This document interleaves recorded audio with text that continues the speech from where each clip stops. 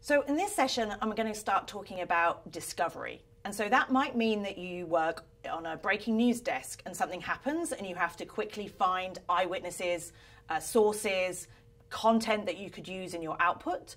Or it could be discovery because you are monitoring disinformation and you want to see what kind of rumors and conspiracies are being circulated. And so in either way, this is about how you stay on top of different accounts, pages, and groups on social networks. So I could actually run a 5-day workshop on this. So this is basically surface level, but I think this is a good introduction to the types of things that you need to know. So social monitoring is really the practice of systematically monitoring feeds of social network data for notable content. Now, feeds are monitored by humans, computers, or some combination of the two. But the problem is when computers cannot detect notable content with sufficient accuracy, which right now is almost always, human judgment spans the difference. So often people say, oh, artificial intelligence can do this.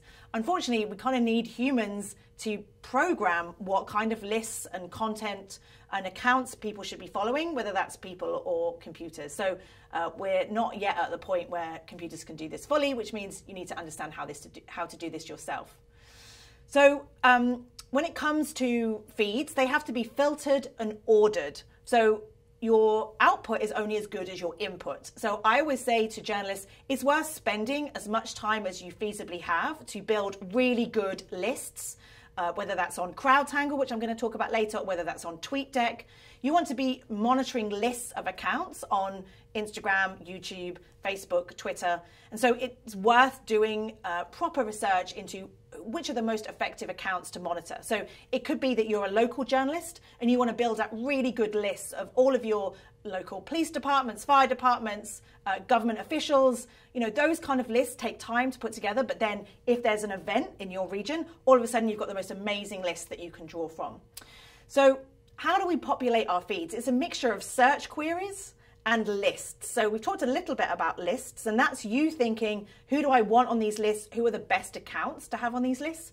Search queries are about what words do people actually use. So too often in newsrooms, journalists will search for words that they would use, but they're not the words that people themselves would use. And so you want to have as complicated search queries as you can to make sure that you don't miss anything. So again, we're going to talk a little bit more about that. So let's start with Twitter. So when you're looking for content and conversations on Twitter, you might be searching for websites, words or phrases, hashtags, people or organizations. So think about all these different ways. And sometimes before you even log on to Twitter, it's worth on your notebook or with Post-it notes going through all the different things that you might want to monitor before you start getting to the computer. And that's just being good at thinking about keywords. And if you haven't done this already, make sure that you've looked at the Boolean search queries on Twitter. You may have done this on Google, but actually on Twitter too, in the search box at the top, you can actually put in pretty complex search queries if you know the different things. So maybe that's what I like to call bunny ears, which is making sure that you're specifically searching for a term. Or it could be the or and. It could be the minus symbol. So you take out words that are constantly come up, but you know it's not the words that you want. So I would recommend going to look at the Boolean search queries on Twitter, and also make sure that you bookmark the advanced Twitter search. The advanced Twitter search page allows you to look at a lot of this. So these kind of things can make a real difference to your search queries. And here's an example of a very complex search string that we used during Electionland, actually, when we were monitoring election integrity issues on social media. And as you can see here, by using parentheses, and or, you can get a lot of content. At the same time, you can make sure you don't get content that you're not interested in. And this is trial or error. I remember spending a number of hours trying to come up with this search query and work out the kind of words that people were using in posts about the way that they were voting.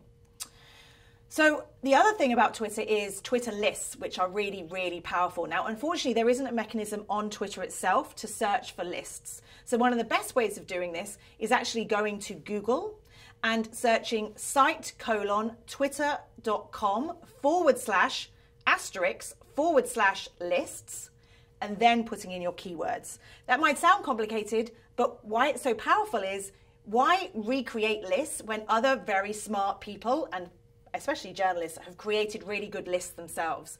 So if you're searching for a list of politicians in Chicago, I promise you somebody has already made that list. And so by searching Google in this way, that little asterisk means it doesn't matter who has created it, it will find a list.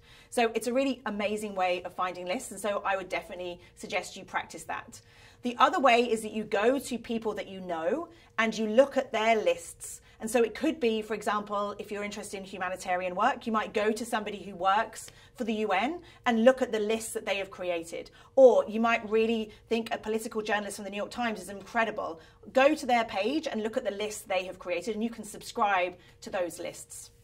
And finally, this is another really easy tool to use. It's called electoralhq.com, and you can search for Twitter lists on there, and that actually ranks them by the number of subscribers they have. So you want a Twitter list that has got a good number of people and a good number of subscribers. And this is a tool that was just created by somebody. It's somebody who just at home created the code, put it on GitHub, but you can actually take two lists and merge them together. So you could take somebody else's list and then add in your own people. So again, start from a good basis and then add in other people. And sometimes that's because a list was good 2 years ago, but it needs updating. Okay, so let's now talk about Facebook and Instagram. So it's much harder to search within Facebook and Instagram, but it's definitely worth trying because in many parts of the world, you can find really incredible content on Facebook. So Facebook's native search only matches on pages and group names and descriptions. It doesn't search posts, which makes it a bit harder. It also doesn't support search operators. So sometimes we would recommend, again, using Google to do the same as we did before. So site:facebook.com/groups or /pages or /events. You can then search within that in a way that means that more quality content comes back.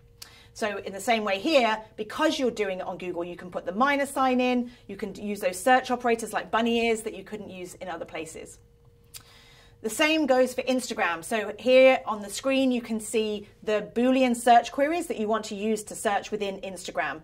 Instagram has a really poor search functionality other than hashtag searches. So this is something, again, you can search particularly for posts or accounts or names and descriptions. Very quickly, let's talk about YouTube.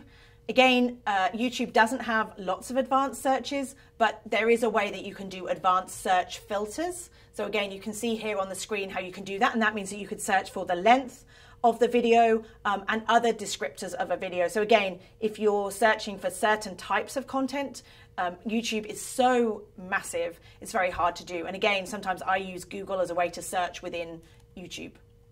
And Reddit. Again, often forgotten, but there can be some really useful content on Reddit, and particularly on certain forums. So, for example, in terms of disinformation, sometimes the forum, the Donald on Reddit, can be full of all sorts of things that might be interesting from a journalistic perspective.